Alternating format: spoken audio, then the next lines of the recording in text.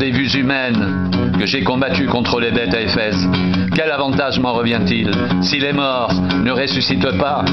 Mangeons et buvons, car demain nous mourrons. Ne vous y trompez pas, les mauvaises compagnies corrompent les bonnes mœurs.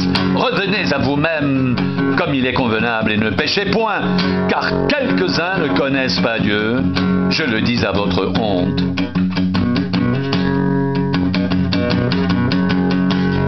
Mais quelqu'un dira, comment les morts ressuscitent-ils?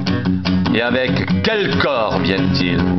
Insensé, ce que tu sèmes ne reprend point vie s'il ne meurt. Et ce que tu sèmes,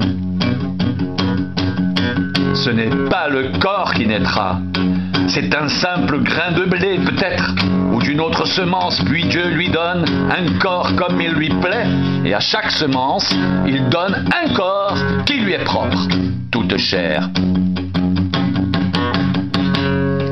n'est pas la même chair, mais autre est la chair des hommes, autre celle des quadrupèdes, autre celle des oiseaux, autre celle des poissons. Il y a aussi des corps célestes et des corps terrestres. Mais autre est l'éclat des corps célestes, autre celui des corps terrestres, autre est l'éclat du soleil, autre l'éclat de la lune, et autre l'éclat des étoiles. Même une étoile diffère en éclat d'une autre étoile. Ainsi en est-il de la résurrection des morts. Le corps est semé corruptible, il ressuscite incorruptible. Il est semé méprisable, il ressuscite glorieux. Il est semé infirme, il ressuscite plein de force. Il est semé corps naturel, il ressuscite corps spirituel. S'il y a un corps naturel, il y a aussi un corps spirituel. C'est pourquoi il est écrit: le premier homme, Adam, devint une âme vivante. Le dernier Adam est devenu un esprit vivifiant. Mais ce qui est spirituel n'est pas le premier, c'est ce qui est naturel. Ce qui est spirituel vient ensuite.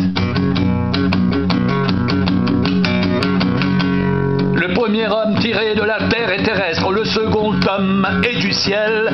Tel est le terrestre, tels sont aussi les terrestres, et tel est le céleste, tels sont aussi les célestes. Et de même que nous avons porté l'image du terrestre, nous porterons aussi l'image du céleste.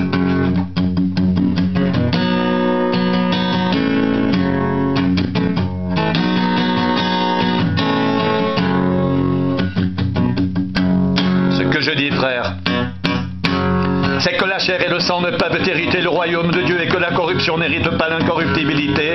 Voici, je vous dis un mystère, nous ne mourrons pas tous, mais tous nous serons changés en un instant, en un clin d'œil, à la dernière trompette.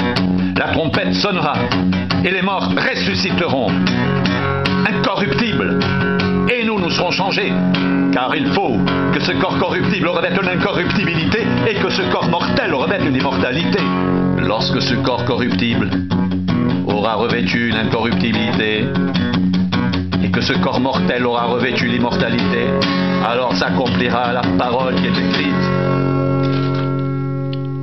La mort a été engloutie dans la victoire. Ô mort, où est ta victoire? Ô mort, où est ton aiguillon? L'aiguillon de la mort, c'est le péché. Et la puissance du péché, c'est la loi. Mais grâce soit rendue à Dieu, qui nous donne la victoire par notre Seigneur Jésus-Christ.